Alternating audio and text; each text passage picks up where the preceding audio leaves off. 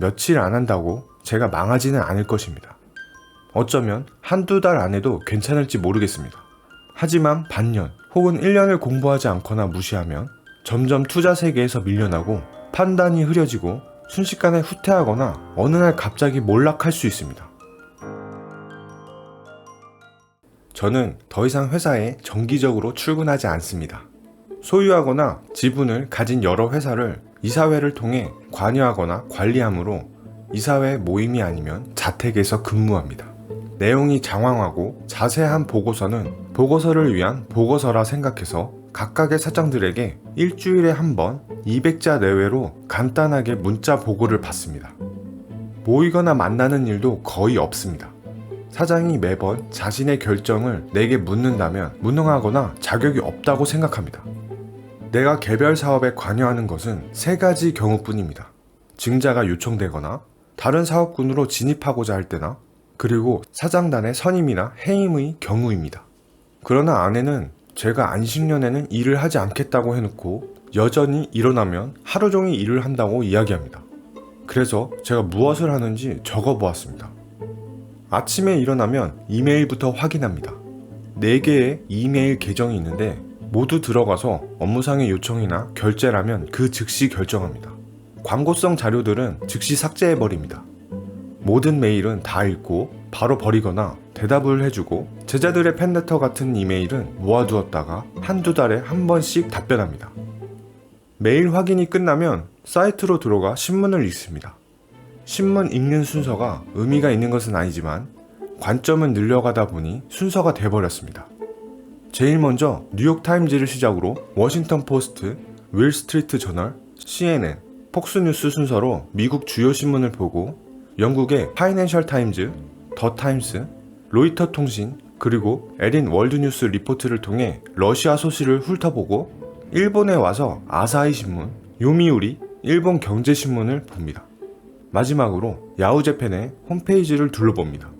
일본을 나와 중국의 글로벌 타임즈, 인민일보를 본 후 가끔은 중동의 요르단 타임즈를 찾아가고 다시 유럽으로 넘어가 프랑스와 독일지를 찾아봅니다.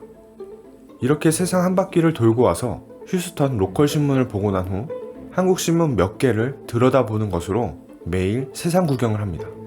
신문을 볼 때면 항상 1개 이상을 보려고 노력합니다. 신문은 다들 자기의 논조나 정치 성향이 있어서 사실을 보는 시각이 다르고 관심사가 다릅니다. 한 곳만 들여다보면 편향성이 생길 수 있기 때문입니다. 전 세계 신문사 순례가 끝나면 이제 경제 사이트로 옮겨갑니다. 경제 사이트를 보는 일은 사실 순서대로 되지 않습니다. 투자한 회사나 지분을 가진 회사 소식이 나오면 다시 이것저것 기사를 찾아봐야 하기 때문입니다. 제일 먼저 들리는 곳은 야후 파이낸셜입니다. 이곳은 일반적인 투자 정보가 많아 야후에서 가장 인기 있는 부분 중 하나입니다. CNBC, 블룸버그, 마켓 스캐너를 들러 CNN 비즈니스에 숨겨있는 피어 앤 그리드 인덱스를 확인하고 미국 달러 인덱스 차트를 본 후 런던 브렌트 오일 가격을 확인하고 인베스팅, 디비덴드, 핀비즈 사이트를 들른 후 미 연방준비제도 이사회 사이트에 새로운 소식이 없는지 확인차 가보고 궁금한 재무제표가 있으면 마켓피트로 가고 기관 투자자의 동향이 궁금하면 웰 위즈덤으로 갑니다. 팀 랭크와 싱킹 알파 등에서는 개별 주식에 대한 조사도 하고 하워드 막스가 운영하는 옥트리 캐피털에 들려 하워드 메모가 있는지도 살펴봅니다. 밸런스를 마지막으로 보고 한국으로 가서 한경 컨센서스에 올라온 자료나 팍스넷, 네이버 금융순으로 돌면 하루의 주요 업무 준비가 끝난 것입니다. 여기까지 오는데 2시간 남짓 걸립니다. 지금부턴 조금 여유롭게 커피 한 잔 내려 마시고 나머지 사이트들을 들를 차례입니다. 거의 매일 가는 사이트는 루프넷입니다. 미국 최대 상업용 부동산 매물 사이트입니다. 저는 이곳에서 제가 관심 있는 도시에 나온 모든 매물을 매일 확인합니다. 부동산을 1년에 한두 차례 사는데 이렇게 끊임없이 들여다봐야 가격 변동의 추이를 알 수 있습니다. 부동산은 주식과 달리 가격 형성 과정이 불분명해서 이렇게 끊임없이 비교 추적해야 감이 생깁니다. 이제야 개인적 취미 관심사 사이트로 옮겨갑니다. 이 일을 매일 하고 있습니다. 이렇게 얻은 정보나 자료를 바탕으로 사업 방향을 정하거나 투자를 정합니다. 이런 곳을 매일 다니다가 더 궁금하거나 관련 도서가 보이면 바로 주문해서 읽고 정리합니다. 무엇이든 자료화합니다. 보유 주식 정보, 부동산 매물 정보, 연간 보고서, 일반 주식 정보 등으로 제대로 인쇄된 스티커를 만들어 폴더에 붙입니다. 그리고 항목에 맞게 잘 구분해서 의자 뒤 눈에 띄는 곳에 보관합니다. 저는 정보를 모으고 구분하며 이해하는 데 많은 시간을 보냅니다. 공부와 정보 수집을 게을리 할 수 없습니다. 유튜브를 통해 젊은 선생들의 강연을 듣고 관록 있는 전문가의 의견에 귀를 기울입니다. 자산을 벌고 모으고 관리하는 것에 있어서 저는 누구도 믿지 않습니다. 유일하게 저를 믿을 뿐입니다. 그러기 위해서 여러 사람들의 지혜와 정보를 끊임없이 구걸하는 것입니다. 아마 이 아침 행사를 며칠 안 한다고 제가 망하지는 않을 것입니다.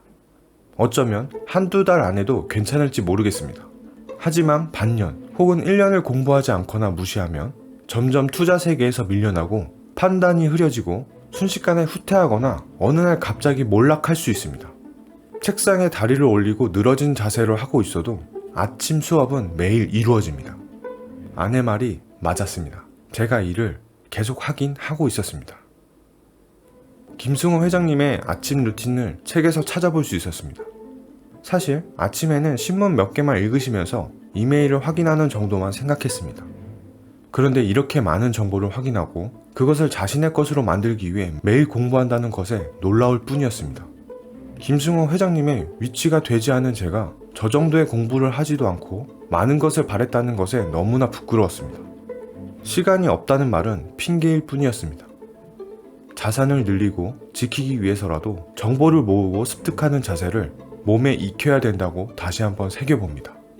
그럼 이만 구습하고였습니다.